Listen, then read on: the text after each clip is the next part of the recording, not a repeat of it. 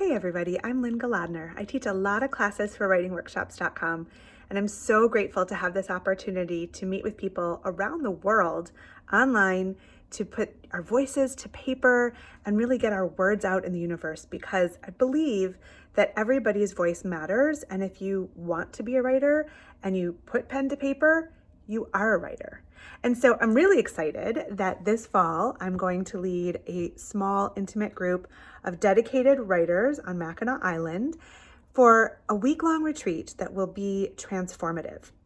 And the reason it'll be transformative is because you will be giving yourself a gift of time in a beautiful place, one of my favorite places in the world, where there is no motor traffic at all you hear at night is the trees and the lake and the absolute beautiful quiet. And you have an opportunity to tune in to your unique writing voice in a safe space with people who really care about you and putting your words into the world. So I just wanted to introduce myself and let you know that I'm available for questions if you're interested in learning more about how to live out your dream of being the writer that, frankly, you already are. I hope to see you soon.